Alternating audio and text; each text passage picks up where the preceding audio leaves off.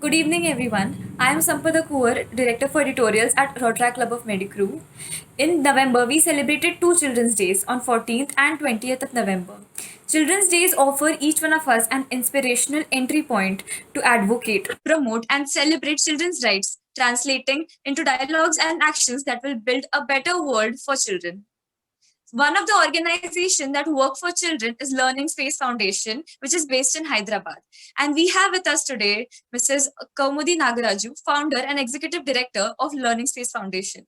She is an engineer turned academician turned social engineer with 20 plus years of experience. For the past 10 years, she has been working in the social sector and serving the underprivileged.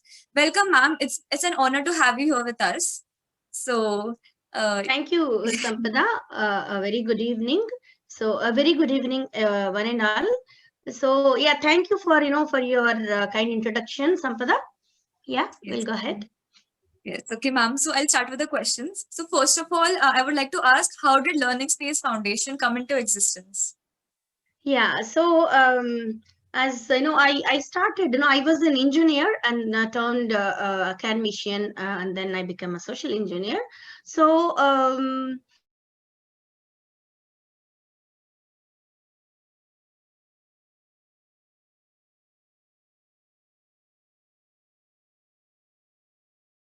mother was working as a headmistress in a government upper primary school, where my education also happened up to 10th class in the regional language. Later, I moved to a small town. So my background is that basically. So I grew up seeing my parents, helping people around them, even though we had financial struggles back home. And I had faced many challenges during my childhood because of bias. People had different types of biases, towards skin color, towards looks, towards financial status, towards even intelligence, etc., due to which I used to feel low, and I needed a little push at many points of time in my life. So fortunately, I had many wonderful people in my life. They were who were very compassionate, right, and who gave me that little push I needed at time from time to time. So from a small village to working in the US has not been an easy journey for me. So even after that, I lost my mom to cancer and I went into depression. Then again my angels, they pulled me out of it, and then after some time, I underwent a spine surgery. Then I had to, I took rest, forced rest for a few months. Then that is when I really got some time to put things into perspective and repurpose myself. So when I when I thought about my life till then, so I felt like I owe it to many people in my life, who tried their best to make my life better, my world better, right? So who else will understand the value of giving, if not the one who received the most, right? So this idea led to Learning Space Foundation, and I thought, I would do my best to people, to make it a better world for people around me. Yeah, that is how it started. So, ma'am, when did you start? When did you found it? Like, was it Yeah, founded? it And started how in did you? 2014. Yeah, it started in 2014 as a sole proprietorship firm. So I started with another NGO called United Way of Hyderabad. I worked with them, as part of Learning Space Foundation. I collaborated with them and did different projects. So it started in 2014. It was not registered that time, but yeah, it Okay. started in 2014. Yeah. Okay, that's great, ma'am. Ma'am, so can you tell us a little bit about the programs that LSF has launched, and like which population does the organization mainly target? Yeah, sure. So when it started, being an engineer, so my the two projects that I worked with United Way of Hyderabad was basically on STEM fields, STEM education. So using basically it was STEM means science, technology, engineering, and mathematics.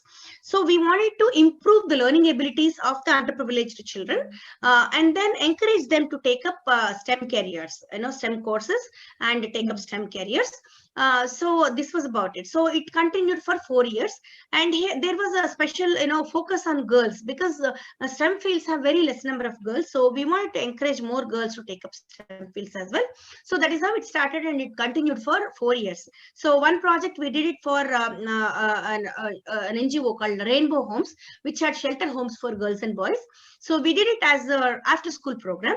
And after that project finished, we did it for government schools, government primary and upper primary and high schools in 2 mandals. So we did it for schools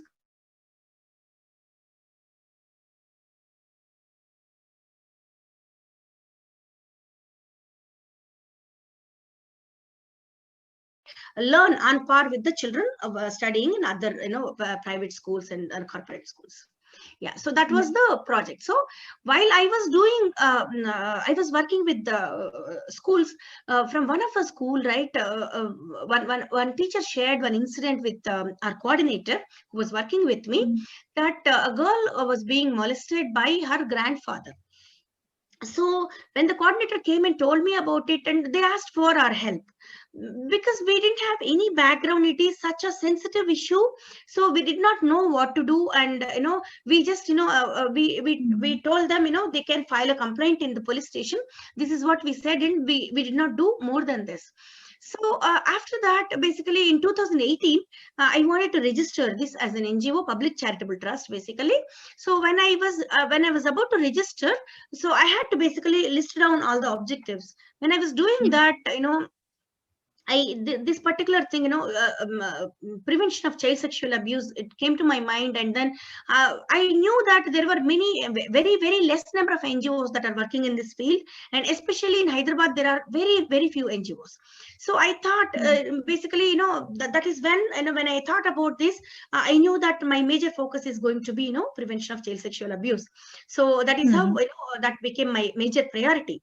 So I read about many incidents, and then I heard about many incidents. So then I designed a program called Suraksha or Samman, which means safety and respect. So this program, basically, we started with this program, we started creating awareness on personal safety among children, adolescents and youth. So this is a 4 to 5 month program. So we go to the schools. Basically, we work with government schools only, underprivileged children in government schools. So a few budget schools also we used to go. So this year we are not going. So I'm talking about the previous year. So so we raise awareness. So it is a 4 to 5 month program. We have a full curriculum. We were trained by Arpan. It is another NGO based out of Mumbai. So they trained us. So we do actually a 4 to 5 month curriculum. So every week we go and teach the children about verbal self-defense. Also, we actually employ martial arts teachers to teach children about self-defense techniques. So we also teach, verbal safety, verbal self-defense, also physical self-defense. So we want to build their confidence, and then in case if they need any, basically they need any, if they face any challenging situations, they need to have that courage to, say no at least, right? So say no and get away. So we thought, we felt, and we also saw that giving personal self-defense techniques, it really greatly helped, improve their confidence. So this is what we do about it, because child safety is adults' responsibility. We also work with adults, whether it is teachers, parents, or other social workers who work with children. We train them also for about personal safety of the children. So basically, our objectives of this program were are prevent child sexual abuse by creating awareness among children and adults, and then develop. We have seen a few other incidents also where children, due to wrong influence, they take unsafe decisions and end up in troubles. So. And also we are seeing that girls safety has been a major concern. So there is no respect for the girls these days. So we thought that we have to develop the culture of respect, and it should start very early. So when we do it from a very young age, children will develop that respect towards everybody. It's not just about girls, but everybody around us, right? So that is another major area. So we develop a culture of respect, tolerance, and empathy towards other genders, through gender sensitization sessions. And we also create, basic, we also give basic legal education, so that they know at least, there are a few laws which are helping for the children, and they must know. So we give basic legal education also for the children. So we also conduct various life skills sessions, value-based life skills sessions, so that in order to reduce risk-taking behaviors among the children, basically adolescents and youth. So we also give self-leadership sessions, so that they make informed choices in life. So we also do, spread awareness on prevention of sexual harassment at workplaces. And then we also recognize some children who are resilient. So we have a program called A Rose That Grew from Concrete. So we also build awareness on menstrual hygiene and sexual and reproductive health, and mental health as well. Of the pandemic, actually, there are many children who are also suffering because of this pandemic. So we also raised about 11 lakh rupees, and then we helped many migrant workers and daily wage workers, and then transgenders, physically disabled persons, and also frontline warriors. So this is about our work. Yeah. Yes, ma'am. That is like your work. It encompasses so many domains and all of such relevant issues. And also, your story is very inspirational, and it is quite it is quite amazing the work that you and your foundation does. So with that, like, ma'am, can you share some of the experience that you've had with children while you were working with Learning Space Foundation? Yeah, so there are many examples, and I want to give you a trigger warning, because it might, some stories might make you emotional. So because whenever I go meet such children, I become emotional. So I take some time to come out of that. So for example, when I was working with one school as part of STEM project, so there is one girl, and the father left the family, and mother has been supporting the children. So mother became sick, and then she was working as a domestic help. So this girl, he is the eldest of all the children, so she was in 10th grade.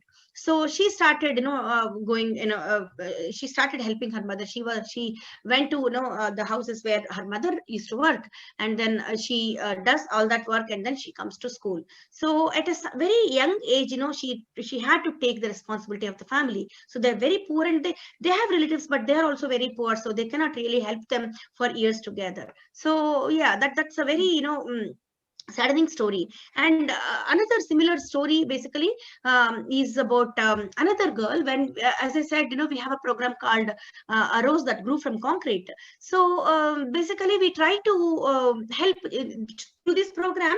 We try to recognize children who come from such a disadvantaged background. Still they're trying to prove themselves, they're trying to achieve something, right? And they want to be successful. Yeah. So we are actually, and if you just tell them they are doing great about it, they feel very good, right? So we have another story actually. When we were working with those 88 schools I mentioned, so there is one school. The headmaster always used to complain about indiscipline of the boys in that particular school.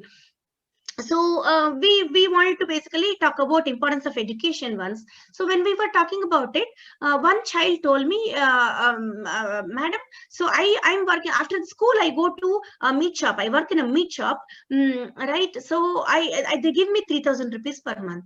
So when I grow up, I may earn up to 5,000 or 6,000 rupees, which is really enough for me. So why do I need to study? So I knew that there are a couple of other children as well who are in the same situation, and many other children were looking at me basically, what answer I would give for this question. They were very curious. So then what I did was, I asked them, all the children, to do a small calculation for me. So I asked them, what do you basically need, to live, right? What all you need, and then let us see how much money do we need to fulfill our basic needs. And then they put all the things, right? And then I asked them, if now you tell me, what more do you want, right? To be happy. So they say, I want to go to a movie every week, and I want to buy a new dress every month, all that stuff, right? So put everything. So and then I asked them, how much is the rent for your house, and then how much every address costs, and what is the price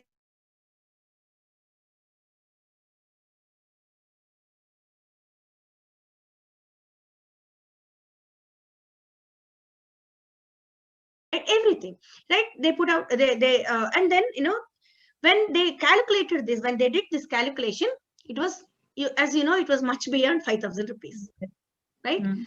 So then I told them, yeah, see, this is more than 5,000 or 6,000 rupees. It was much more actually. So then what are you going to do now? So if you are with your parents, at least, chat ka kharcha to bhar jayega. So you'll have that house. But if you Yes. go to some other place, or you want to stay away from your parents or anything like that, then what would you do? How will you meet your needs? Then that was a big question for them. So they said, yes, madam, we never thought about it this way. So then I said, then I slowly I put them to took them one step ahead. See, even if you want to work, so at least finish your 10th grade, and after that you can go for some, you can learn some skills which can give you a little more, good salary, right? You can settle down in those professions. So that is a very good starting point. So you have to do well until 10th grade, and after that you can go for any, ITI or anything, you can learn any skill. And then when we come back to safety, right, there is one more story that I must share, which is like, there is one girl, 10 after her 10th grade last exam, she went away with her boyfriend, and then they got married and settled. So the girl is a minor. So thing is now, and the parents don't know. The parents know marrying before 18 years of age is not actually, it's a crime, right? So then they didn't know, and they just did this. So when the girl's parents came to know about it, they got the girl back home, and then they filed a case against the boy, saying that he forcibly, he took her away and married and molested her. So anyways, marriage, I don't know if they said, he married, say molestation case was filed, right? So what happened? So the boy was in jail.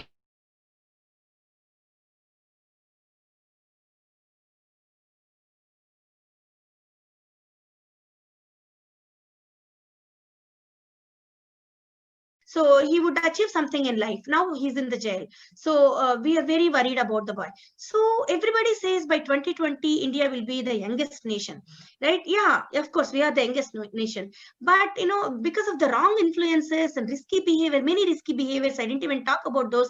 So many risky behaviors and wrong influences that we have all around us, our youth, our adolescents and youth are taking, wrong steps in life and ending up, in very difficult situations, which may affect, their entire life, right? Yes. So that is why we, this is another example. So if we think about that boy, we don't know how we will take it, right? Once he's out of this, so the whole experience, it might shake him up, right?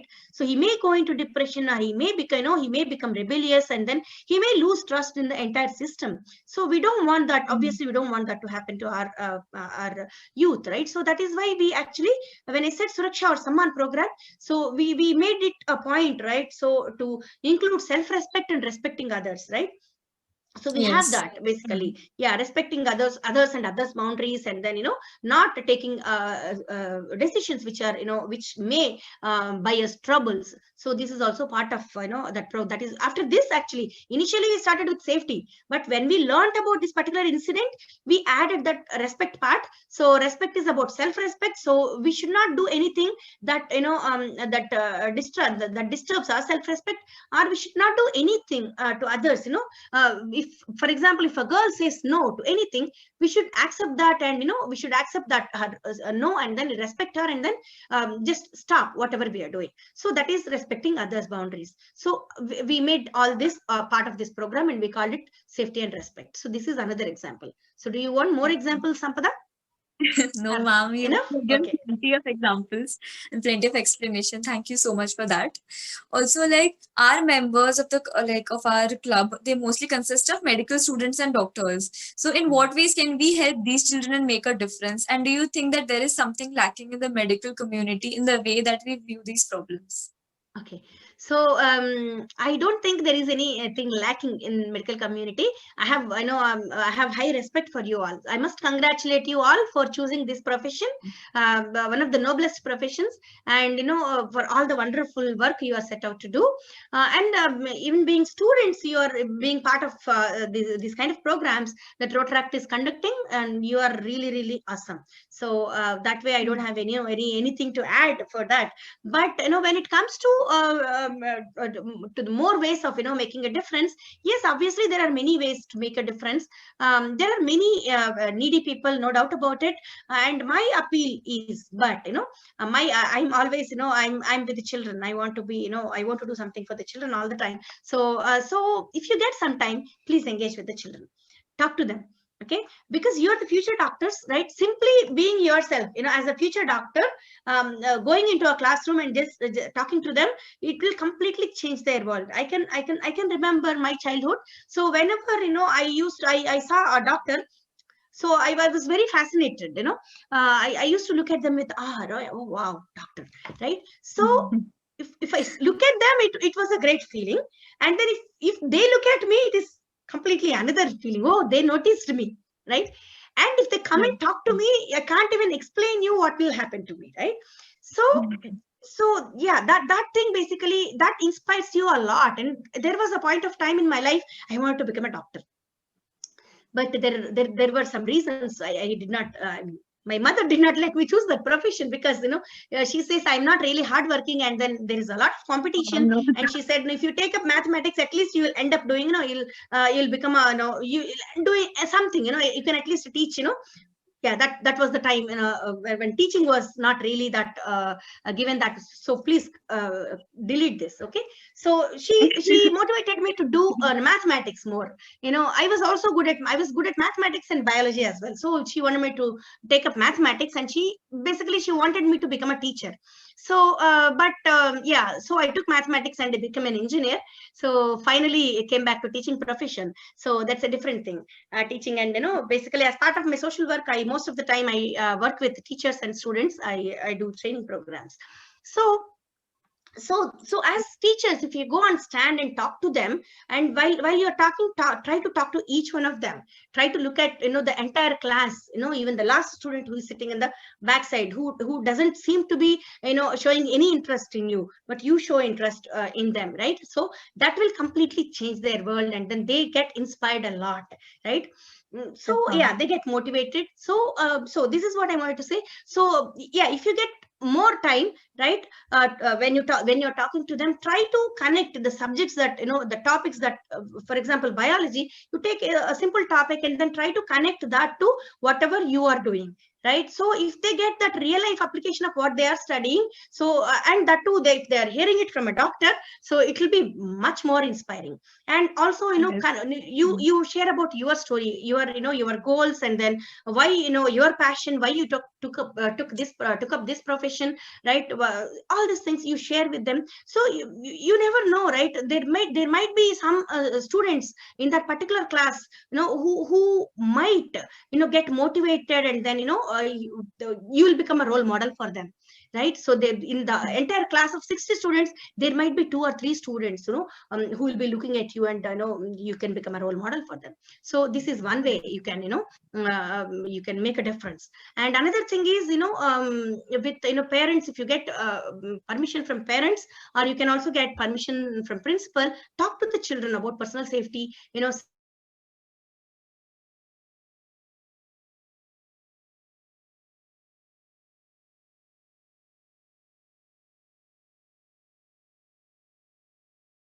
number 1098, right? So yeah, this is another thing. And this is basically not even school, not even don't have to go to school. Any child around you, right? If you see one child, you just tell them, you talk to their parents, I'm going to teach this child for 5 minutes or 10 minutes, I'm going to teach this child about personal safety.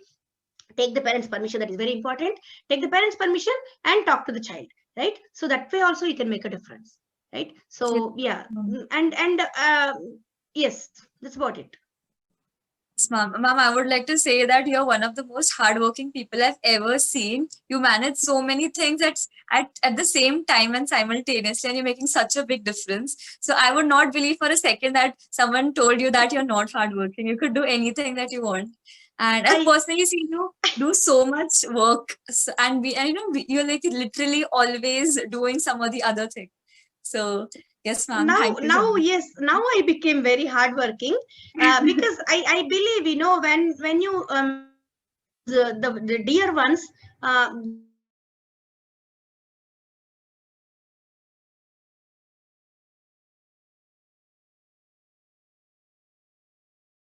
I want to go for movies. I was that kind of a person. So I never used to put a lot of time on in studies also. I was like that. So later at some point of time when they said, if you don't get seat in engineering, we will get you married. That was that was the time, I had to work hard, and then I got 27th rank in my state. So that's the thing. So, everybody knew that, I could do it, but I was very, very laid back. So now after I lost my mom, and then she had some dreams. She had some dreams for me. She always believed that I would become a very good teacher. So she always, pushed me to take up teaching. But my father wanted me to become an engineer, so I became an engineer. So later when I lost her, she's very, very dear to me. When I lost her, I understood. Many words she used to tell me, so I understood the meaning of them. And then so now I'm doing all those. That way I feel I'm very much connected with her. I feel I didn't lose her. She's there whenever I go to a school, right? In one teacher I see my mom. Oh, that is really sweet, ma'am. That is so sweet. Ma'am, is there any way that we or like the members can, do anything for your organization, or, help you out by donating, or, volunteering in any way? Yeah, so there is one thing I would like to urge all our saviors. You're all our saviors, right? To take a very good care of yourselves first, right? Your physical health, your psychological health, your relationships, etc. Because we all need you. The country needs you. The world needs you. And most importantly, you deserve to be happy too, right? Don't ever forget this, because I know very, very busy doctors, they don't take care of themselves. They always, they keep on helping people, other people, their patients. So but we need you as well, right? And you deserve to be very happy. So how busy, you may become in future, please don't forget this. You should take care of yourself too. So, and that is the first thing I wanted to say, tell you. And when it and another thing, another urge, another request from you, from my side, is, whenever you are around a child, please watch out for, what you say, what you do. It is not just about the doctors, to everybody I'm saying. So what you say, what you do, and how you behave, because those two curious eyes are looking at you, right? And then that innocent brain is, looking at you, is trying to get more, information and things from you, right? So it is in your hands, what you teach them. You may be thinking that, we usually we tend to ignore, we do many things, but children are very, very curious, and directly or indirectly we teach a lot of things to them. Whatever we say doesn't matter, but what we do, how we behave, that they surely they'll learn from that and do things exactly the same way. You might have already you might have seen this already before, right? So if possible, make use of this opportunity to inspire them by being the best version of you. So this is my request to all of you. And specifically, if you want to help out Learning Space Foundation, I would be really very happy, to welcome you, to be part of our family, because this is a budding NGO. So we have, we need a lot of help, but we can together conduct some awareness sessions on, on various health issues, or there are many taboo topics around health as well. So we can create, we can create awareness around that, or we can conduct health camps for the children. Basically, in many schools, girls will be anemic, and then even these days, even boys are anemic, and then there are other, simple problems which these underprivileged children, they don't usually go and get checked, right? So if possible, wherever it is possible, we can create, we can conduct small camps and then try to help them in better ways. So earlier we did, dental camps for a couple of schools. So that was, I felt it was helpful. At least, if a doctor is coming and talking to them about, brushing their teeth, we teachers tell, and then NGOs go and tell. But when a dentist comes and tells, that has a different, the different level of, understanding for the children, right? So yeah, that way, we can go and tell them, because many children also don't eat properly. And in many schools I've seen that they eat junk food, and then, school, outside the school there will be a stall, and then there will be kurkure and many other stuff that will be available. And I have also seen that many parents, what they do is, because they don't give them breakfast, so they surely give 5 rupees or 10 rupees to the children. Many parents, I've seen this. Okay. And this, with the 5 rupees or 10 rupees, they buy these junk foods outside the school. Okay. So if we go as teachers, as doctors, if we go and talk to them and tell them about these things, right? So I hope that they'll understand more, because parents and teachers, we always do blah blah blah, so they may not listen, right? When Yeah. you, and they don't eat certain vegetables, they say, even my children, they don't eat certain vegetables. So I keep on telling, every day I become, I become a teacher, and then I tell them. So now they are like teenagers, still I tell them, no, this is with this vegetable, this comes. So if it comes from a doctor at a very young age, then probably, they might, there are more chances that they listen.